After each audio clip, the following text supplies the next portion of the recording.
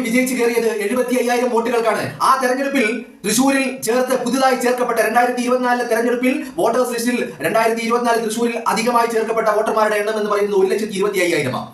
അങ്ങനെ ചേർക്കപ്പെട്ട ആ തെരഞ്ഞെടുപ്പിൽ 75,000 വോട്ടിന് സുരേഷ് ഗോപി വിജയിക്കുന്നു. എന്നാൽ ഈ തദ്ദേശ തെരഞ്ഞെടുപ്പ് വരുമ്പോൾ നിങ്ങൾ ആലോചിക്ക്, തൃശ്ശൂരിൽ ലോക്സഭാ തെരഞ്ഞെടുപ്പിൽ തൃശ്ശൂരിൽ വോട്ട് ചെയ്ത സുരേഷ് ഗോപി, അതേ സുരേഷ് ഗോപി തദ്ദേശ തെരഞ്ഞെടുപ്പ് വന്നപ്പോൾ സുരേഷ് ഗോപിയുടെ വോട്ട് എവിടേക്ക് പോകുന്നു?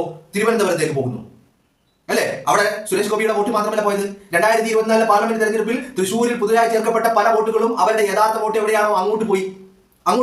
അങ്ങനെ പോയപ്പോ തൃശ്ശൂരിലെ അവസ്ഥ എന്താ? തൃശ്ശൂർ ജില്ലയിൽ, തൃശ്ശൂർ പാർലമെന്റ് മണ്ഡലത്തിൽ BJPക്ക് എന്ത് നേട്ടം ഉണ്ടാക്കാൻ സാധിച്ചു എന്ന് ചോദിച്ചാൽ വട്ട പൂജ്യമാണ്, അല്ലെ? അപ്പോ പാലക്കാട് രാഹുൽ മാങ്കൂട്ടത്തിൽ ഈ തെളിവുകളൊക്കെ, ഈ രേഖകളൊക്കെ തെരഞ്ഞെടുപ്പ് കമ്മീഷന്റെ മുഖത്ത് എറിയാൻ ഉണ്ടായത് കൊണ്ട് മാത്രമാണ് ഇപ്പൊ ഈ വാർത്തകൾ പുറത്തേക്ക് വരുന്നത്. അതല്ലെങ്കിൽ ഇത് പുറത്തേക്ക് വരുമോ? വരില്ല, അല്ലെ? അപ്പൊ ഇത് BJP വിജയിച്ച് കയറിയ ഓരോ മണ്ഡലങ്ങൾ അല്ലെങ്കിൽ ഓരോ വാർഡുകൾ എടുത്ത് പരിശോധിച്ചാൽ നിങ്ങളൊന്ന് ആലോചിച്ച് നോക്കൂ. ഒരു വാർഡിലെ കാര്യമാണ് ഞാൻ പറയുന്നത്. ഒരു വാർഡില് 50 മുതൽ 65% വരെ ആളുകൾ അജ്ഞാതരാണ്, കണ്ടെത്താൻ കഴിയുന്നില്ല.